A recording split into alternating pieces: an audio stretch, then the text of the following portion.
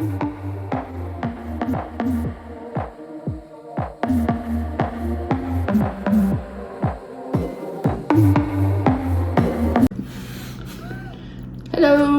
welcome back to our series on our BDSM lifestyle. Yes. I am Goddess Divine Amelia. This is Pig. Hello. You know by now that I use the term goddess. I am she, her. That is Pig. It's it. Always. Yeah. This week we wanted to talk about the difference between like open scening, how we scene, and the difference between this scening that you see in BDSM porn. It sends me a lot of video clips, a lot. And we were talking about how it doesn't show the connection and the humor and the love that is between a dominant and the submissive. Yeah. It's very scripted.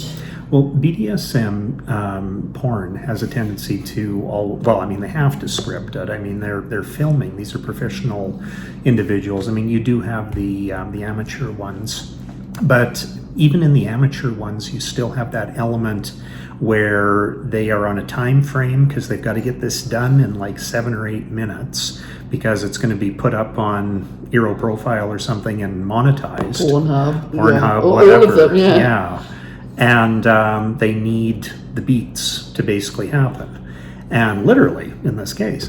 But essentially what you get is a product. And what happens with the product is that it distorts in many ways what actual BDSM scenes are like.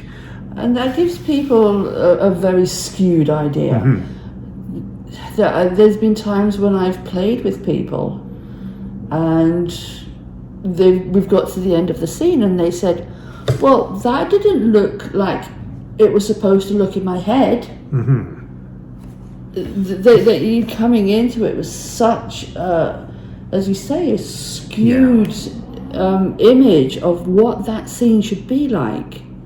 And even have known a couple professional doms in its life that even they have said that this is something that people come in with that script and that's what they want to do and that's only what they want to do and that's it. And there's no emotion. There's maybe some flogging, maybe some ball busting or CBT.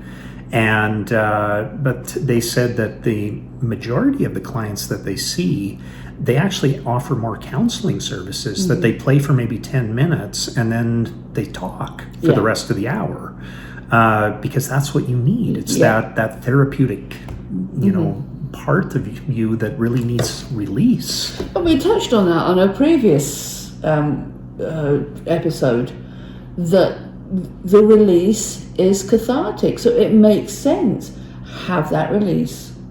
And then once you've opened those floodgates, have that conversation, communication. It's true, but one of the things with porn is that because it is so in such a small frame of time, they have a tendency to forget that the majority of scenes, like for example, let's say fisting, that takes a long time to stretch. That takes a long time to build up to something like that.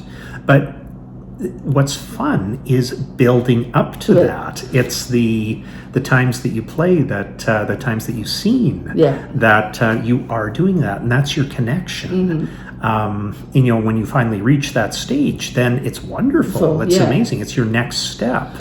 But it's like when we do a fisting scene, it has various sized plugs. Yeah. We have an app that I put in what I expect of him, and it then, if I tell it put in this size plug, the next day it puts in that size, the next day it put. But that's taken a week for it to get to that level. And then even that doesn't mean fisting. That just means the start of the fisting process. You can imagine if you're trying to film something like that in real life or a BDSM movie, that would be very boring for people to watch. That, okay, day 1, I'm stretching for 3 hours. Yes. Yeah. Day 2. Yeah. And it just goes on and on and on. The fact that I ask it to wear that same plug for 4 days. Yes. Yeah. While its body's getting used to it. That would be incredibly boring to watch. So of course they break BDSM porn down into the most important, or the most, well, not the most important, the most visual elements. Which is the instant gratification. Yes. Yeah. So even during a flogging or a whipping scene, you have people that are bound up, and then you don't see the lead in, the gentle start to it. Maybe somebody needs a half hour of just and then after the warm up, then you can get into the heavier play. So there's a level of dishonesty within porn BDSM. Well, very much so. But the problem is that this is what people go into play parties believing is what needs to happen. You also have the fact that in a lot of scenes, you see the female submissive is, sexually used, by everybody. The male slave is, abused by everybody. And, anybody can have their turn. There's no protocols. It's a free-for-all. This isn't how typical play parties should work, or do work. Not good ones. No. For male bottom versus female bottom, it's very much physical versus abuse. But in a play party situation, other dominants can only come in with my permission. Yeah.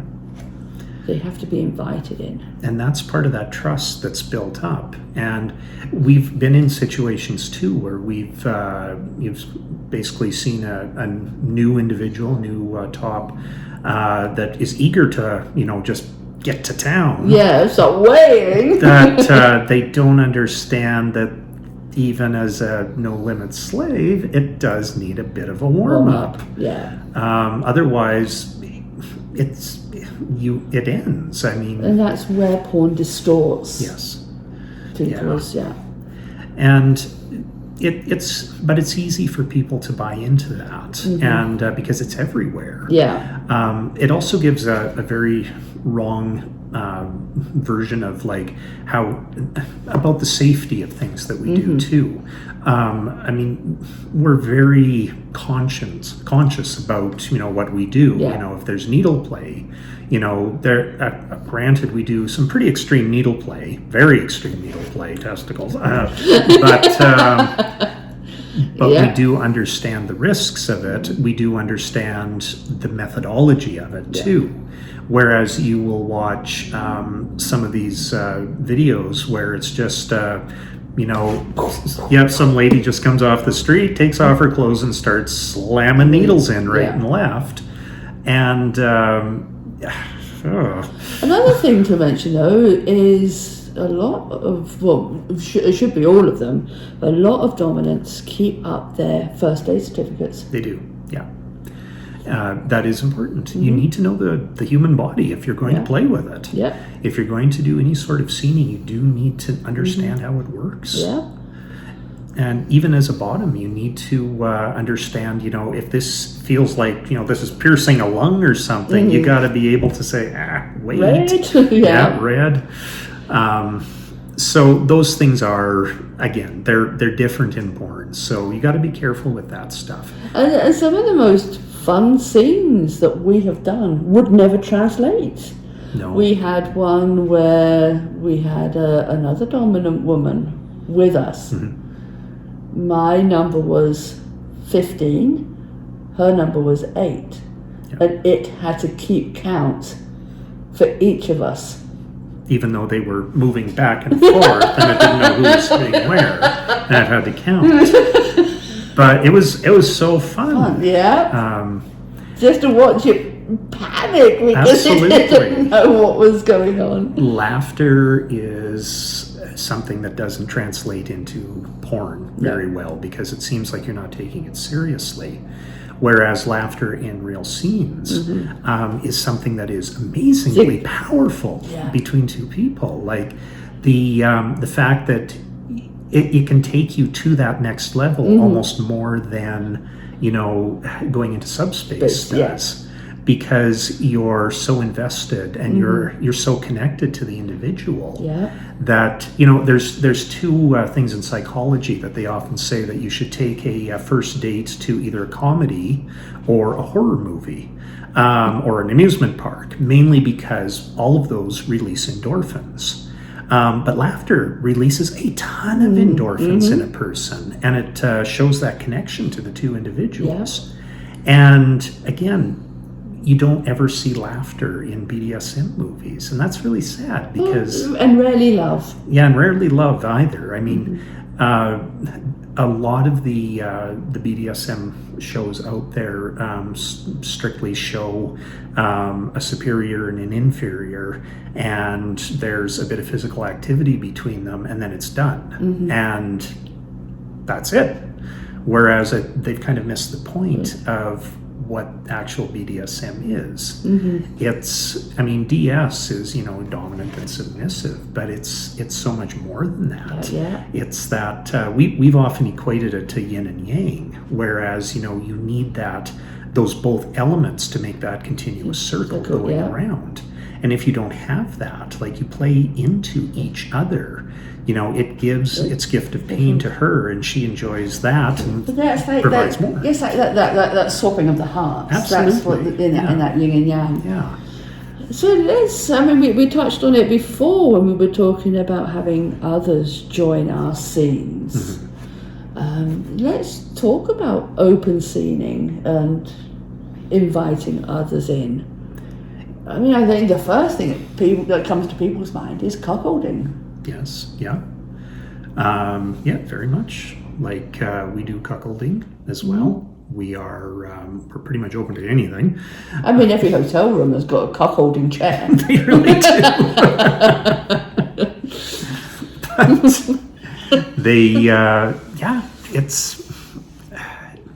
It elevates the energy in the dungeon. It does. We've been fortunate to have some very amazing people that we have scened with. We've also been unfortunate enough to have some people that have, agreed to come in and join us in a scene and have literally stood there, watched. I don't think they watched. I think they spent the whole time texting, didn't they? Well, yeah, one did. Yeah. And it's kind of like, well, that's not really why you're here. I mean, and then we had the guy who thought he was coming to a swingers. Yeah, he's wondering when everybody was going to get naked. And it's like, well... You come to the wrong place, buddy. This is the only thing that's getting naked. It's hard to find individuals who share the level and the energy that you do. And when you do, it's absolutely amazing. I mean, we shared a scene with a transvestite. What was... Not transvestite. She was a trans woman. Trans woman. Thank you. My mistake. It's mistake. But amazing scene. It was a shorter scene and everything, but again, it was just there was a great connection there, and it was really fun. We've done a lot with a lot of individuals, but the one thing to remember is the individuals aren't here, is that we're here. We are the foundation, and we really do believe that you need a strong foundation for things like this to work. But also we both believe in monogamy. Yes. I know that I'm not built for polyamory. No, it isn't either, at all. So, but that's our dynamic, and that's the dynamic we make work. Absolutely. And it's no offense to anybody who does make polyamory work. I mean, if that's your lifestyle, wonderful. We've found it wouldn't work for us because it just, for our dynamic, it just doesn't. Yeah. Yeah. So, but yeah, it's like we said, it's all about the energy, and it's all about the connection. It's about building that up, and we're always looking for people to who want to join with us. But as we've often said, our style is a little bit different than most. I mean, we do play extremely hard. Yeah. We do laugh a lot. Yeah. And laughter doesn't mean that we're diminishing the scene by any means. That it's if it's laughing, it's not taking away or disrespecting. It means that its headspace is right there, and it's in the moment. Very much so. And that's an important element too, is headspace. We've often found that when we do, we might decide, okay, Saturday we're going to we want to do an intense scene. One of us, just the headspace is not there. But then, if we say that, and it's driving from its home, its headspace isn't there. If the protocols start the moment it walks through the door, that's different. That's what starts the cogs turning. Absolutely. That it is naked. It does crawl. It has no furniture. Yeah. It does foot worship. It does ass worship. It does everything. Yeah. And it sees the rimming chair. Absolutely. And it knows that it's going under there. It sees the needles that are out.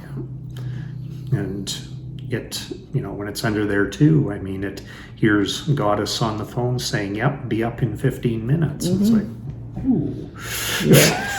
But it could also be under there for an hour while I watch Downton Abbey. Absolutely. That's true. It never knows what's coming. And that's part of it too, is that's devotion. Yep. That's love. Yeah.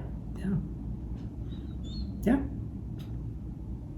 So, thank you for joining us again this week. It's been really lovely to have you. Again, like and subscribe, and we will see you next week. Thank you. Take care. Bye-bye.